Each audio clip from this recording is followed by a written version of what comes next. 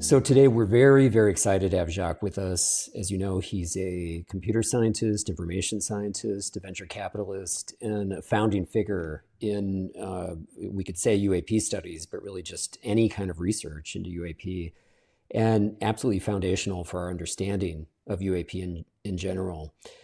And we have him here today because he's recently published a book, the sixth volume of a multi-book series called Forbidden Science, which is a chronicle of his research, his encounters with witnesses, his reflection on UAP.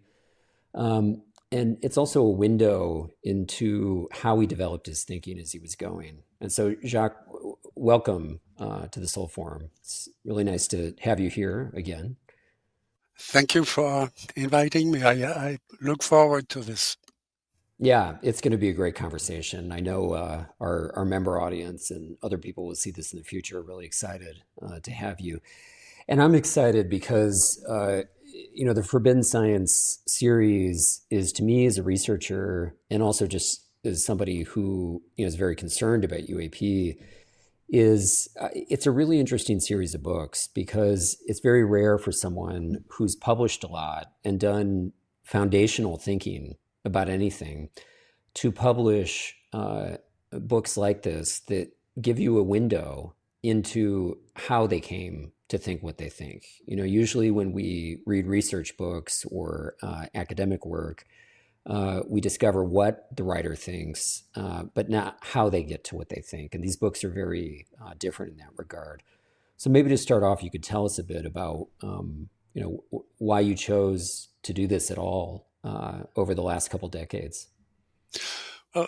Journals are more of a tradition in Europe than they are in the U.S. In the U.S., literature deals with current topics, and in in Europe, a number of writers have chosen the format of the diary because they felt they lived through exceptional times.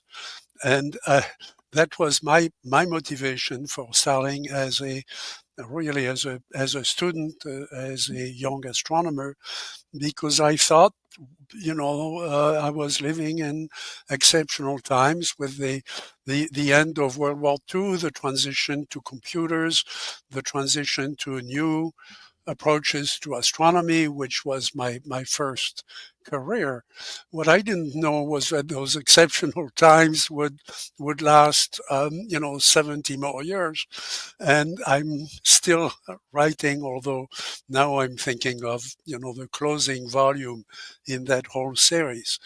What people will find there is not just, and people occasionally write to me in a friendly way, why don't you stick to UFOs in your journals, because there are many things that, why do you need to talk about that you moved to a new house, or that your kid did something amusing or something like, why do we need to know that? Well, that's the whole point of a diary, as opposed to just a chronicle, a historical chronicle.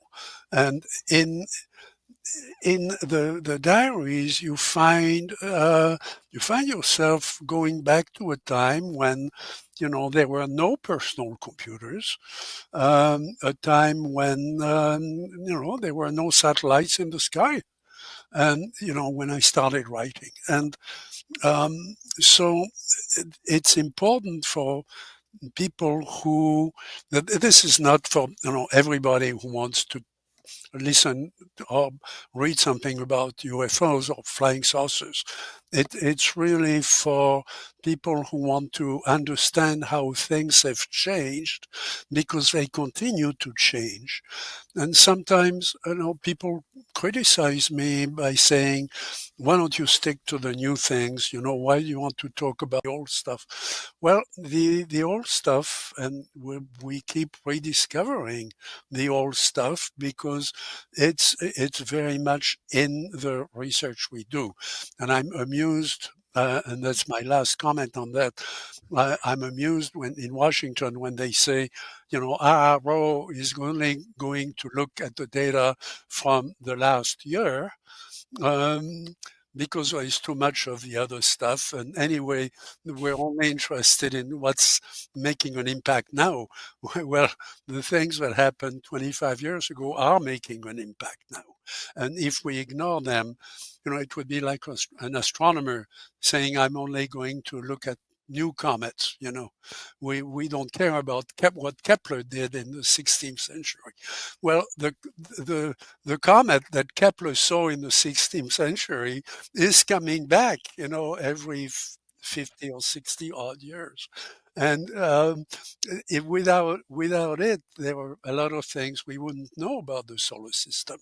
So we do need to keep track of things, and doing it through the continuing observations of you know, a, a, a scientist who's been involved since the beginning with the different personalities moving across the screen can be useful as part of a total assessment.